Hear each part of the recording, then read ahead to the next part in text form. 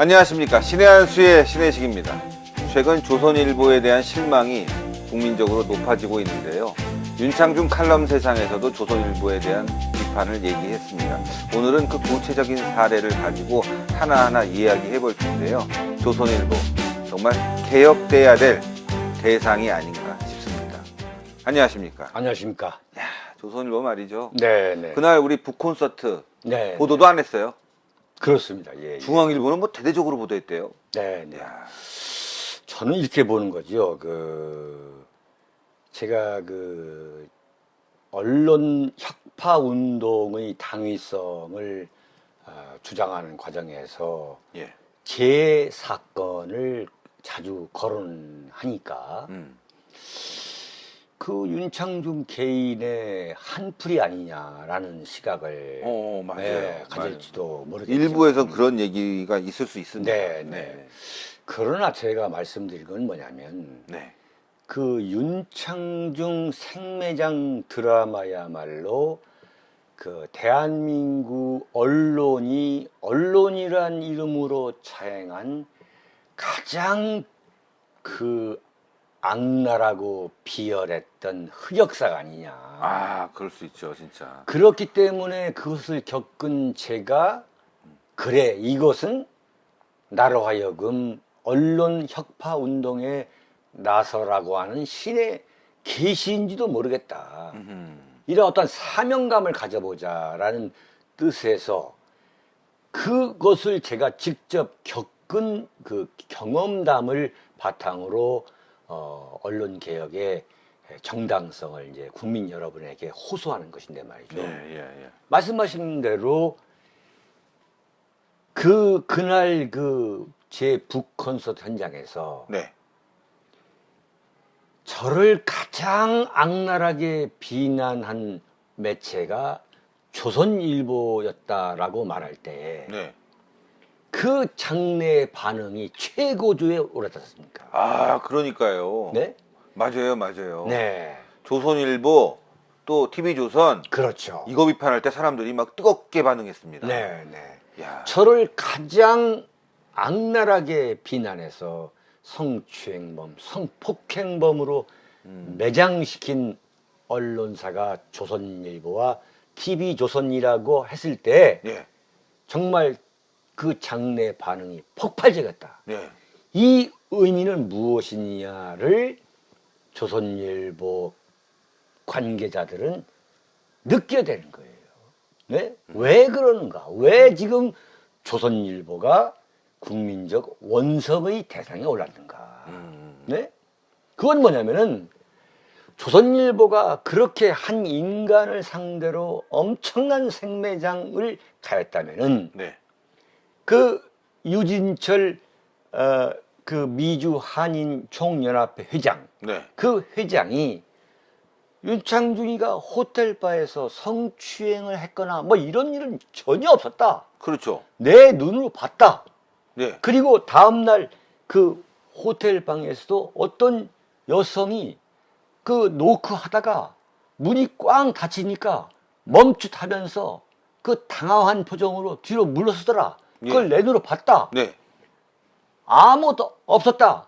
이러한 명백한 증언을 했는데도 불구하고 단 한 줄도 보도하지 않는 언론사가 조선일보고 TV조선인 거예요. 이야. 네? 자기네 송이영 주필 문제도요. 네. 그 엄청난 일이잖아요. 네.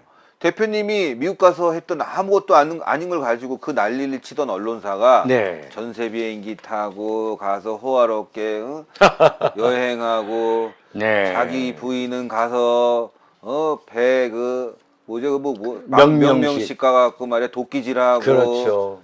네. 그거 딱 몇 줄로 그냥 사과만 하고 말았어요. 네. 야, 이게 언론이 아니라요. 제가 예. 봤을 때는 사회 악이에요. 사회 악. 일본에 제가 공부한 경험이 있는데 만약에 그러한 경우 자신 신문사의 주필의 부인이 그러한 마치 여왕마마처럼 선박 명명식에 가서 네.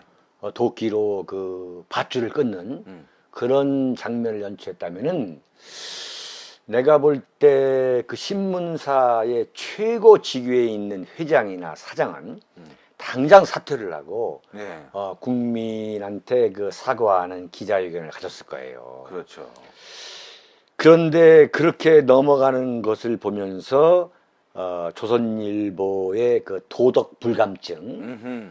그것은 이미 극에 달아 있구나. 그러네요. 치유불능이구나. 치유불능이구나. 그런 생각을 하는데 제가 술에 만취해가지고 새벽 5시까지 술을 만취해가지고 그 당시에 프레스센터를 왔다 갔다 했다. 그걸 자기 눈으로 봤다. 라고 TV에 나와서 종편에 나와서 참 말도 안 되는 리포터를 한 기자가 누구냐면 TV조선의 청와대 출입 기자 최우석이라는 사람입니다. 네? 어떻게 이럴 수가 있죠, 정말. 그 지금 워싱턴에 살고 계시는 그 우리 교민들이 네. 저한테 셀 수 없이 많은 게 옵니다. 워싱턴에서는 그때까지 술을 팔지 않는다. 네? 그럼요. 물론 술을 그때까지 새벽 2시까지 술을 파는 바가 그 술집이 전혀 없는 것은 아니고 아주 몇 경우에만 허가를 받는 게가 있는데 그 술집을 찾는다는 것은 보통 어려운 게 아니다. 미국 현지인들만 가죠. 현지 주인 중에서도 그 아주 찾기 어려운 것인데 왜 그런 제보를 하냐면 혹시 기자들이 또 제가 그런 술집이 없습니다. 그러면은 무슨 소리냐 이런 술집이 있다라고 또 저를 뒤집어 쓸지 모르니까 이걸 알고 계십시오. 좀 이렇게까지 그 미국 교민들이 저를 도와주시고 있는 거예요. 제가 여보세요. 잠깐만 네, 기다려보세요. 제가 한마디 더 네, 죄송합니다. 네, 네. 죄송합니다. 제가 참 사건이 미국에서 일어났기 때문에 제가 참 미국에 살고 계시는 그 재미 교포 분들한테 참 마음적으로 참 제가 죄인이구나 이런 생각을 많이 했는데 참 너무나 참 충격적인 게 예. 미국 교민들이 저의 결백을 완전히 인정해 주시는 거예요. 잘 아니까 현지에서. 네. 예. 아니 미국 경찰이나 미국 검찰이 어떤 경찰이고 검찰인데 청와대 대변인이 성추행이나 성폭행을 저질렀는데 불구하고 한미 관계를 고려한다고 해서 그걸 봐주느냐. 아까 보니까 MBN에 황태순 등등 나온 패널들이 그런 식으로 얘기했어요. 네? 그런 말도 안 되는 것을 어떻게 당신은 지금 참고 있느냐. 제발 좀 고소 고발을 해라. 예. 예? 그리고 미국 검찰이나 경찰이 피해자라고 하는 그 본인이 아닌 제3자가 예. 신고했다고 하는데 과연 그 신고가 맞느냐. 예? 설령 신고를 했다 하더라도 제3자가 신고한 것을 어떻게 미국 검찰이나 경찰이 조사한단 말이냐. 예? 말도 안 되는 거죠. 이건 사건 자체가 성립부터가 안 된 것이다. 그리고 여기에 무슨 성립부터 안 된 사건에 무슨 공소시효가 있다는 말이냐. 네? 라면서 분개하시면서 그야말로 수많은 메일이나 전화를 보내오시는 분이 미국 교민들이신 거예요. 그러니까요. 자, 그렇다면은 우리가 그 조선일보가 저를 생매장하기 위해서 썼던 기사나 방송, TV조선의 방송이 모두 날조된 것이고 그야말로 신문 구독률을 올려가지고 광고비를 그러니까. 얻고 네? 시청률을 높여가지고 광고 수익을 올리려는 그 기도임이 명명백백하게 드러난 거 아닙니까? 그렇죠. 네? 그러면은 조선일보사가 여기에 대해서 자기들이 언론으로서 취해야 될 최소한 조치를 취해야 될 거 아니겠어요? 맞아요. 그러면 그렇지 않다. 윤창중이가 결백하다고 명백하게 그 증언한 내용을 대한민국 최고 언론이라면 보도를 했을 거 아니에요. 예, 맞아요. 보도해야죠. 중앙일보가 물론 증언을 하신 그 유준철 회장님의 증언을 크게 부각시키는 건 아니에요. 여전히. 그러나 분명히 그건 기사를 실었어요. 그건 사실이에요. 아니, 네? 사람을 몰아냈으면 네. 그 사람이 활동을 하겠다고 하면 네. 거기에 대한 해명 또 활동 내역 네. 이거 보도하는 게 정상이죠. 정상이죠. 이야. 그러나 제가 30년이 넘게 언론사 생활을 하면서 조선일보를 지켜보면은 조선일보의 자부심이라는 게 이겁니다. 자기들이 기사로 쓰면 그게 기사거리가 되는 거고 조선일보 앞에서 경천 동지할 사건이 일어난다 하더라도 조선일보가 쓰지 않으면 기사가 아니라는 거예요. 아주 오만하게 이를 데 네? 없군요. 그게 대세인 게 조선일보적인 그 프라이드란 거예요. 조선일보적 프라이드. 조선일보 기자의 프라이드라는 것은 우리가 대한민국 여론을 이끌어간다. 네? 지금 이렇게 엄청난 SNS 시대에 무슨 착각을 하고 있냐면 조선일보라는 그 종이신문이 아직도 대한민국 언론을 이끌어간다. 그래서 우리가 죽이면 죽이고 자르라면 자르라. 잘라야지. 무슨 말이 맞느냐. 윤창중 네가 뭐 억울해. 우리가 막 기사 안 쓰면 그만인 거야. 이러한 그 오만, 그 오만함이 그대로 지금 투영되고 있는 것이 바로 윤창중 생매장 사건입니다. 그러니까요. 그러기 때문에 제가 이것은 한 개인이 억울하다고 해서 한풀이를 하는 게 아니라 이 조선일보라는 거대 언론의 그 행태, 네. 언론사로서 정도를 걷지 않는 그 행태가 혁파돼야 되고 그래야만 민주주의 사회, 선진국으로 갈 수 있다. 또한 내가 볼 때는 조선일보와 TV조선이 네.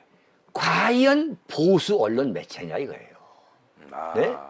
그러네요. 제가 볼 때는 제가 30년이 넘게 지켜본 제 윤창중 기자의 눈에서 볼 때 조선일보는 보수 우파에 편승하는 척만 영합하는 척 하면서 보수 우파 독자들을 슈킹하는. 네, 끌어들이는 슈킹이 뭡니까? 여보세요. 죄송합니다. 네, 네. 끌어들여서 그 신문 구독률을 유지하고 영향력을 유지하는 이른바 수박 보수 신문이지. 네, 맞습니다. 겉에만 수박 껍질이고 겉에만 보수 우파인 거예요. 국민행동본부가 예컨대 예. 국민행동본부를 비롯해 가지고 수많은 아스팔트 보수 우파 시민단체가 김대중 노무현 정권 이른바 잃어버린 10년 동안에 광화문에서 그 수많은 시위를 할 때 네. 좌파 종북 세력들이 소위 말하는 그 뭡니까 이 국가보안법 폐지, 그다음에 사학법, 사학법, 한미 동맹 해체 예, 예. 이런 그야말로 말도 안 되는 대한민국 근본 자체를 뒤흔드는 말이죠. 그 그렇죠. 엄청난 반대한민국적인 그 행동을 할 때 네, 김대중 노무현 정권 10년 동안 맞습니다. 국민행동본부를 비롯한 수많은 아스팔트 우파들 그야말로 이 현직에서 물러나서 은퇴하시던 분들 참 머리가 희끗희끗한 그 백발의 노장들이 예? 네. 편히 노후를 보내야 될 그 백발의 노장들 정말 대한민국에는요 애국적인 시민들이 많습니다. 그러니까요. 네? 그분들이 거리에 나와가지고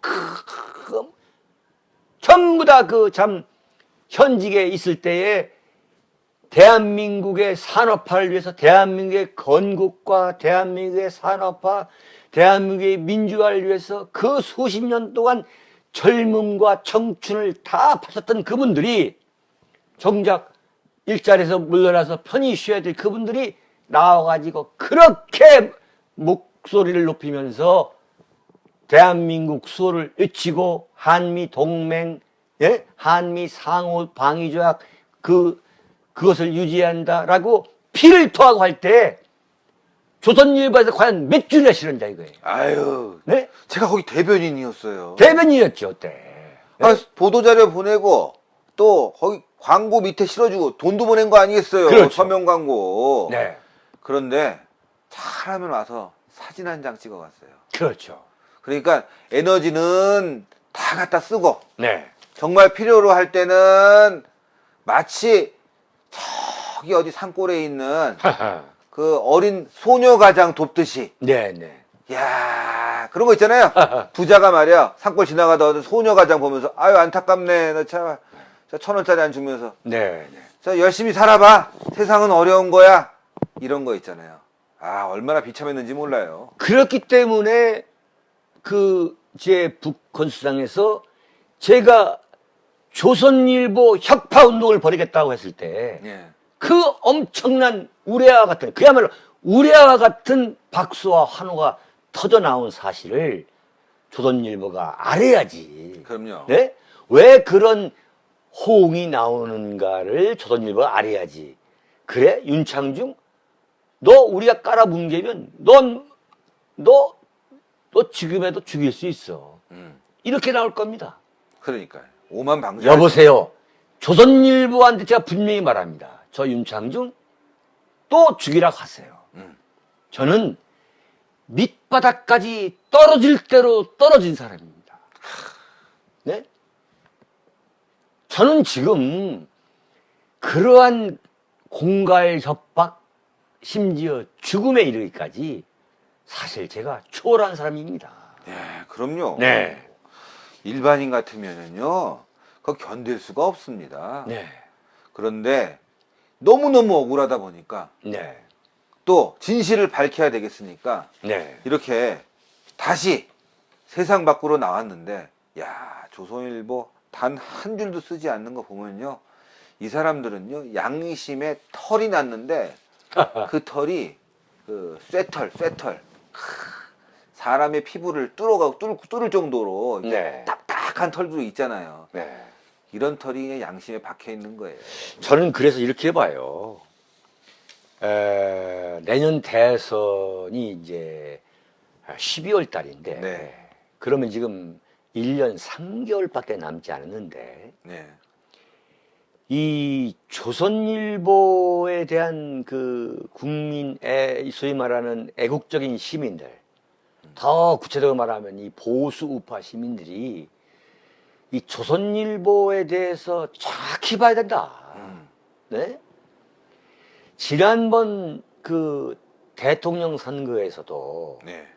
과연 조선일보가 보수 우파로서의 언론 역할을 제대로 했느냐? 예. 네?